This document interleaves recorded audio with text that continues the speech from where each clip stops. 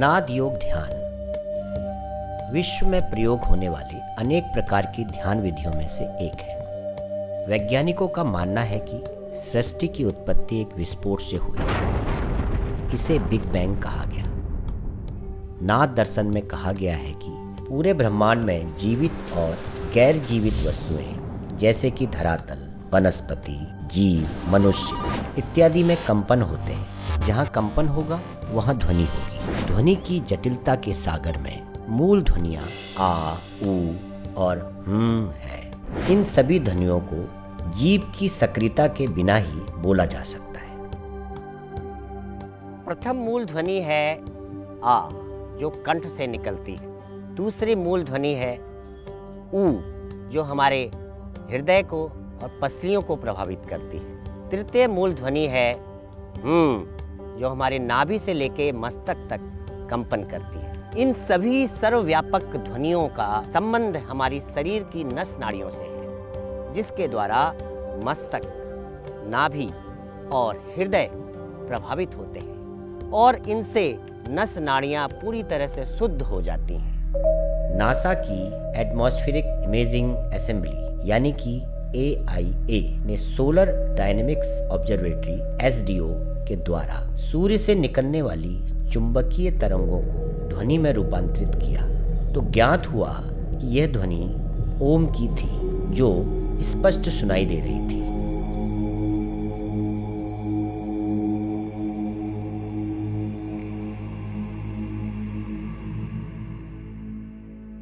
नाद योग में 9 प्रकार की ध्वनियाँ सुनाई देती हैं, जो अनाहत नाद है, जिसमें ओमकार, जो भौरे की तरह गुंजन की आवाज़ है, मेघ गर्जन और समुद्र गर्जन का घोष, कांसे की ताली में टक्कर से होने वाली झंझनाहट, श्रृंग या तुरीय की आवाज़, घंटे की आवाज़, वीणा की आवाज़, बांसुरी की आवाज़, दुदुम्भी का गर्जन, शंख ध्वनि आदि ध्वनियाँ सुनाई देती हैं। मेघ गर्जन, समुद्र गर्जन ये प्राकृतिक नाद है जो हमारे पूरे शरीर में हमें शांत करती हैं। दूसरे प्रकार की जो ध्वनियाँ हैं उनको हम आहत ध्वनि कहते हैं, जो 2 पदार्थों की टक्कर से उत्पन्न होता है और जिसमें पूरी सांसारिक गतिविधियाँ जिससे चल रही हैं, लेकिन उसमें जब रिदम गड़बड़ होती है तो वो कोलाहल में परिवर्तित हो जाता है और वो हमें तनाव की ओर ले जाता है। इसी को हमने नवयोग के द्वारा, ये जो पूरा नाद योग है, इसको समझाने का प्रयास किया है। उस विधि का नाम नवयोग है। जैसे जैसे हम आगे बढ़ते हैं तो वो 22 मिनट के द्वारा हम उस ध्यान की परम स्थिति में पहुंच जाते हैं।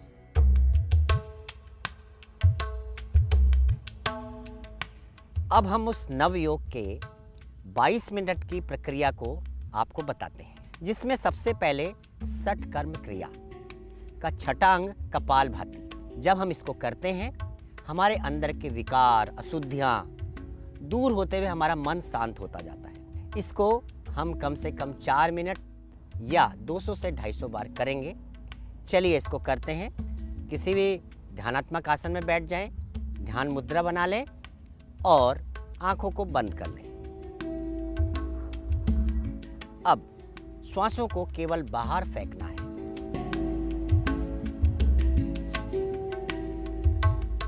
जो हृदय रोग के रोगी हैं या अंदर अपच है, इनको ज़्यादा अल्सर है, ऐसे लोग धीरे धीरे करें। इसमें कोई भी आपको नुकसान नहीं होगा, लेकिन आपको केवल अपनी तरह ही करना है। केवल श्वासों को छोड़ते जाएं और श्वास आपकी स्वाभाविक अंदर भरेगी।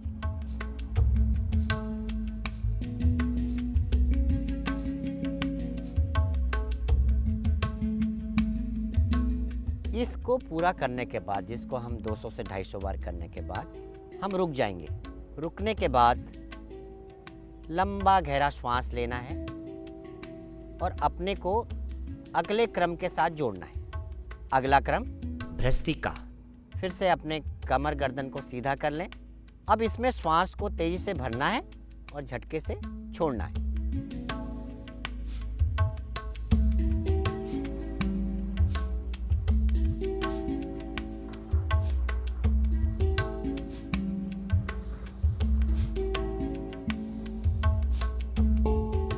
इसको करते जाएं।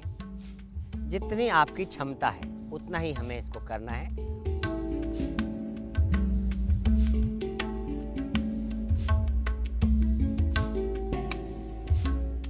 सभी लोग शांत हो जाएं, शरीर में होने वाले कंपनों को महसूस करें और अपना ध्यान लंबी गहरी श्वास में लगाएं, जो आपको 3 बार करनी है।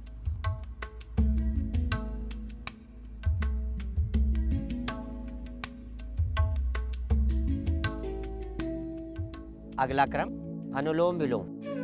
अपने हाथों को अपने नासिकाग्र पे ले जाएं।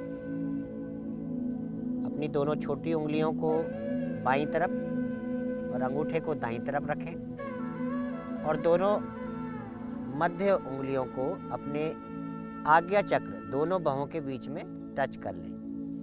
अब अपना अंगूठे से दाईं नासिकाग्र को बंद कर लें और बाएं नासिकाग्र से धीरे धीरे श्वास को भरें। बाएं को बंद कर लें और दाएं से धीरे धीरे श्वास को बाहर निकालें।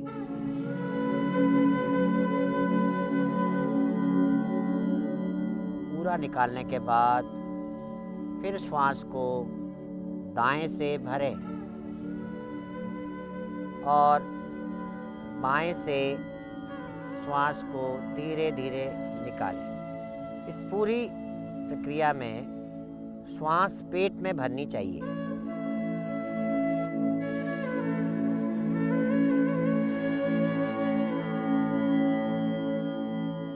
वापस आ जाएं, दोनों हाथ ध्यान मुद्रा में। अगला अभ्यास नाद की ओर जाने का, ओमकार। ओमकार करेंगे मधुरता के साथ, लेकिन छोटा छोटा। ओम ओम ओम ओम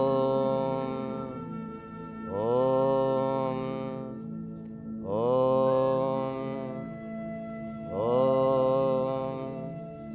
ओम ओम।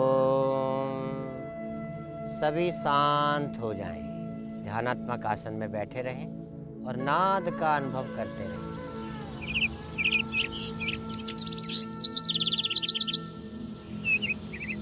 धीरे धीरे वापस आएंगे।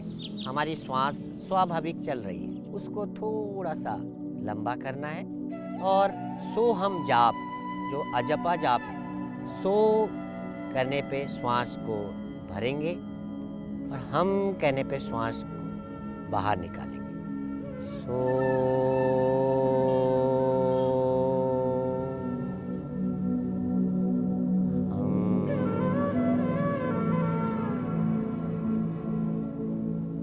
धीरे धीरे वापस लाके दोनों हाथों को एक दूसरे के साथ रब करेंगे